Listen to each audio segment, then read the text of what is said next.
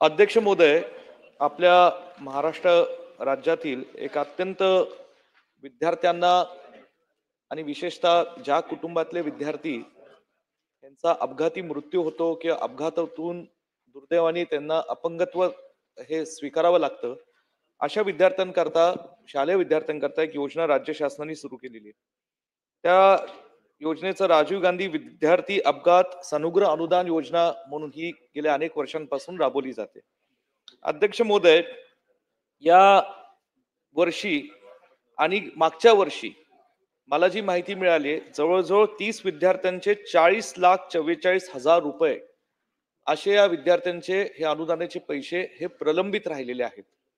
आणि प्रचंड मोठे आकडेवारी अध्यक्ष महोदय, कारण एखाद्या कुटुंबामध्ये जर एखादं त्यांचं मूल बाळ हे शालेय जीवनामध्ये शिक्षण घेत असताना ते शेवटी तो त्या कुटुंबाचं भविष्य असतो.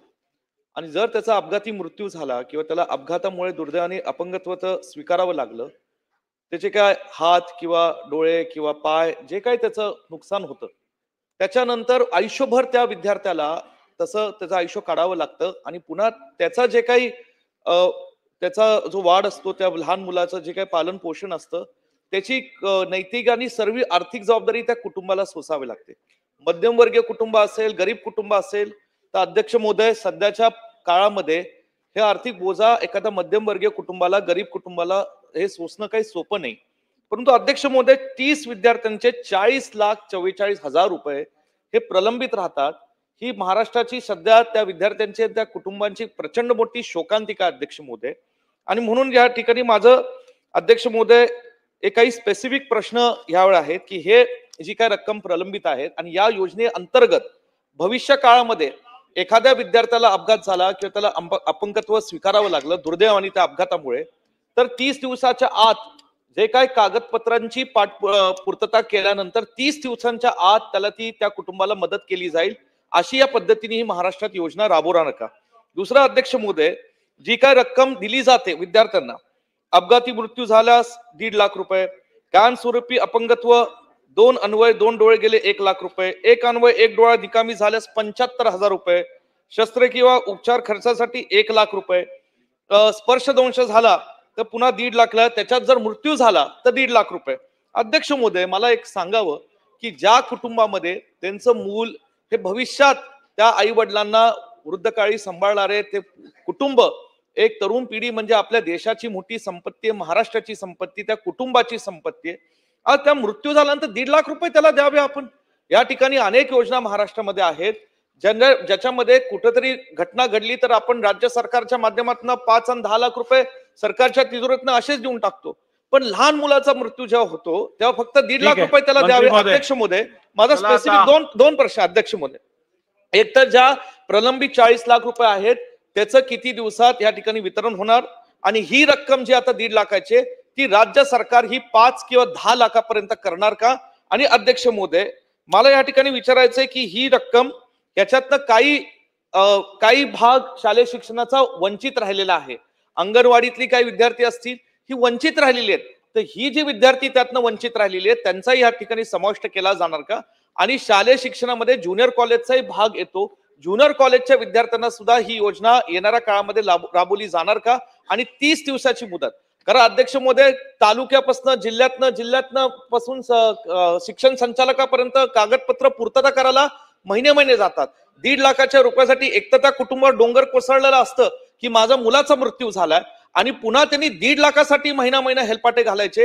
हे काही आज खरं नैतिकदृष्ट्या मंत्री योग्य नाही महोदय, आणि ही रक्कम वाढवली पाहिजे अशी माझी मंत्री महोदयांना विचारणा. धन्यवाद. अध्यक्ष महोदय, सन्माननीय सदस्य विश्वजीतजी कदम साहेबांनी या ठिकाणी विद्यार्थी अपघात सानुग्रह योजनेच्या संदर्भामध्ये प्रश्न उपस्थित केलेला आहे. सांगली जिल्ह्याचे 40,44,340 महिन्याभराच्या आत त्या ठिकाणी त्या लाभार्थ्यांचे जे कोण विद्यार्थी आहेत त्यांच्या कुटुंबियांना त्या ठिकाणी वितरित करण्याचं त्या ठिकाणी कार्यवाही केली जाईल. अध्यक्ष महोदय, दुसरा जो काही मुद्दा होता की त्याचं रक्कम वाढवणं, खरं म्हणजे जर त्या विद्यार्थ्यांच्या शी जर अशी काही दुःखद घटना घडली तर मला वाटतं की त्या जीवाचं मोल तर होऊ शकत नाही. आणि यापूर्वी ही योजना विमा कंपनीच्या माध्यमातून राबवली जायची, परंतु नंतरच्या काळामध्ये मग सानुग्रह अनुदान अशा पद्धतीने ही योजना राबवली जाते. पूर्वीच्या काळामध्ये साधारणपणे 50,000 आणि 75,000, 50,000 आणि 30,000 म्हणजे अपघाती मृत्यू 75,000, एक अवयव कायमचा अपंगत्व आलं तर 50,000 आणि एक अवयव किंवा एक डोळा कायम निकामी झाला तर 30,000 अशा प्रकारचं अनुदान त्या ठिकाणी दिलं जायचं. परंतु आताच्या घडीला जर विद्यार्थ्याचं दुर्दैवाने अपघाती मृत्यू झालं तर 1.5 लाख रुपये, 2 अवयव किंवा डोळे किंवा एक डोळा जर निकामी झाला तर 1 लाख रुपये आणि कायमचं अपंगत्व जर आलं तर 75,000 रुपये अशा प्रकारचं अनुदान दिलं जाते. तत्राप हेही अतिशय सुलभ पद्धतीने कसं देता येईल आणि लवकरात लवकर त्या विद्यार्थ्याच्या कुटुंबियांना हा न्याय कसा देता येईल या संदर्भामध्ये शासन विचार करत आहे. नितीन राऊत साहेब बोला. अध्यक्ष महोदय, 2 वर्षापासून 40 लाख रुपये प्रलंबित राहिले हे मंत्री मोदयांनी मान्य केलं. आता त्यांनी उत्तर दिलं की मी 30 दिवसात हे 40 लाखाची रक्कम देऊ इच्छितो. ठीक आहे, आत्ताचे सांगली जिल्ह्यातले जे अधिकारी आहेत ते त्याचा पाठपुरावा करतायत, त्या अधिकारी चांगले आहेत, पण 2 वर्षापासून 40 लाखाची रक्कम प्रलंबित, ह्याला जबाबदार कोण अध्यक्ष महोदय? त्याच्या बाबतीत आपण शासन काय करणार आहे? 2 वर्षापासून कुटुंबांनी हेलपाटे मारायचे शासन दरबारी की माझ्या मुलाचा मृत्यू झाला आणि मला 1.5 लाख रुपये द्यावं. दुसरा मुद्दा अध्यक्ष महोदय की ही 1.5 लाख रुपये आणि 50,000 रुपये, 30,000 रुपये ही रक्कम योग्य आहे का अध्यक्ष महोदय? एखाद्या मुलाचे 2 डोळे गेले तर त्याला 75,000 रुपये देऊन तुम्ही त्या वर्षाकरता त्या कुटुंबाचा फक्त औषध उपचाराचा खर्च करून देणार, पुढे त्या मुलाला आयुष्यभर सांभाळायचं नाही त्या कुटुंबाने अध्यक्ष महोदय? ती जर गरीब कुटुंब असेल तर माझी अध्यक्ष महोदय आज सभागृहाच्या माध्यमातून मंत्री महोदयांना विनंती आहे की ही रक्कम वाढवण्यात यावी, कमीत कमी 5 ते 10 लाख रुपये अशा विद्यार्थ्यांना देण्यात यावे, कारण त्या कुटुंबाला काय आर्थिक त्रास होतो अशा घटना घडल्यानंतर किती वेदना होतात हे या ठिकाणी आज त्यांनी या ठिकाणी धोरण जाहीर केलं पाहिजे.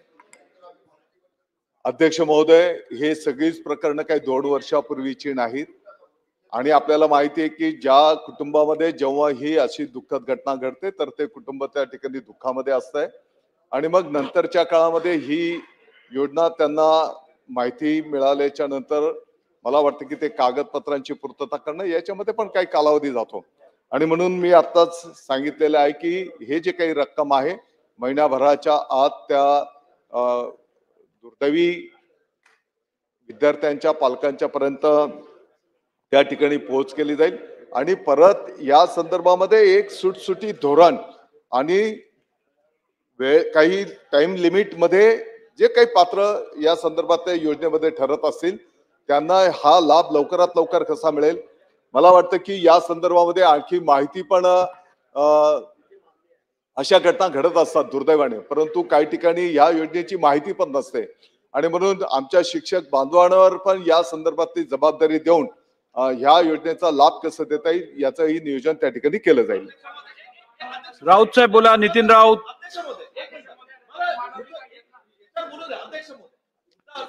अध्यक्ष महोदय, आता झालं ना, 3दा तुम्ही तोच प्रश्न विचारला, 3दा तेच उत्तर आलं. थांबा, त्यांचं होऊ दे.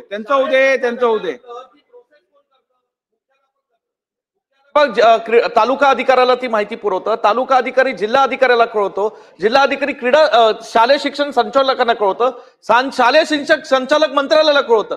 साहेब मला आता तुम्ही सांगा, या प्रोसेसमध्ये जेव्हा कोणतरी ते वेळेत कागदपत्र पूर्तता करत नाही, पालकाला मदत करायला मग त्यांनी उत्तर आता दिलं की हे सगळे प्रकरण काय 2 वर्षापासून प्रलंबित नाही आहेत, त्यातले काही 2 वर्षापूर्वीचे आहेत, काही लेटेस्ट आहेत. त्यांनी आता उत्तरात सांगितलं. चला अध्यक्ष महोदय.